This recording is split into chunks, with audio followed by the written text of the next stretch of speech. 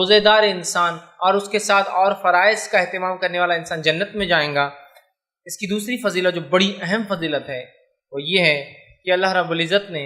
اس مہینے کو اپنے ایک فرض عبادت روزوں کے لیے چنا، اسی طرح اس مہینے کو اپنی آخری کتاب کے نزول کے لیے بھی چنا۔ اور اللہ رب العزت قرآن میں فرماتا ہے سورۃ البقرہ سورہ نمبر 2 آیت نمبر 185 میں، شہر رمضان الذی انزل فیہ القرآن ھدی للناس بینات من الھدی والفرقان۔ رمضان وہ مہینہ ہے جس میں قرآن کا نزول ہوا انسانیت کی ہدایت کے لیے، ھدی للناس وبینات من الھدی والفرقان، اور ایک کتاب کو فرق کرنے والی کتاب بنایا ہے، ٹھیک۔ والفرقان کہا، فرق کرنے کا معنی ہوتا ہے، فرقان کا معنی ہوتا ہے حق کو باطل سے الگ کرنے والا، سچ کو جھوٹ سے الگ کرنے والا، صحیح کو غلط سے الگ کرنے والا، اچھے کو برے سے الگ کرنے والا۔ تو اس قرآن کو اللہ نے فرقان کہا، ٹھیک۔ تو اس مہینے میں اللہ نے اپنی آخری کتاب کے نزول کے لیے اس مہینے کو انتخاب کیا، سلیکٹ کیا کہ آخری کتاب اس مہینے میں نازل کی جائیں گی۔ تو میں سمجھتا ہوں کچھ نہ کچھ تو امپورٹنس اس سے بات بالکل ظاہر ہوتا ہے، اس لیے کہ دنیا میں بھی کوئی کام ہم بغیر کسی ریلیونس، بغیر کسی وجوہات کے نہیں کرتے ہیں نا۔ مثال کے طور پر اسکول کھلنے والے ہیں،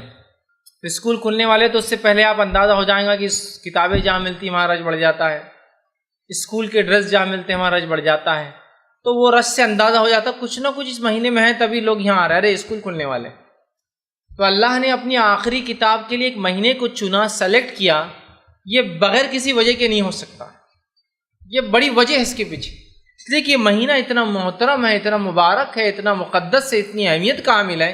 تبھی اللہ نے اپنی آخری کتاب کو اس مہینے میں۔ بلکہ عبداللہ ابن عباس رضی اللہ عنہما فرماتے ہیں کہ اللہ رب العزت نے جتنی آسمانی کتابیں نازل کی ساری کی ساری رمضان میں نازل ہوئی، جتنی آسمانی کتاب، چاہے وہ معاملہ توریت کا ہو، زبور کا ہو، انجیل کا ہو، قرآن کا ہو، یا دیگر اور بھی کتب جس کا نام صحیف اور کتب ہم نہیں جانتے، وہ ساری کی ساری وہ فرماتے کب نازل ہوئی؟ رمضان المبارک، رمضان کے مہینے میں۔ تو اس سے میں سمجھتا ہوں رمضان کے مہینے کی اہمیت واضح ہو رہی ہے کہ اللہ نے اپنے وحی کے نازل کرنے کے لیے، اپنی آخری وحی کے نازل کرنے کے لیے، انسانیت کی ہدایت کے لیے جو کتاب آئی، اس کتاب کے لیے جس منتھ کا سلیکشن کیا، جس مہینے کو چنا، وہ مہینہ کوئی اور مہینہ نہیں تھا، وہ مہینہ رمضان المبارک کا مہینہ تھا۔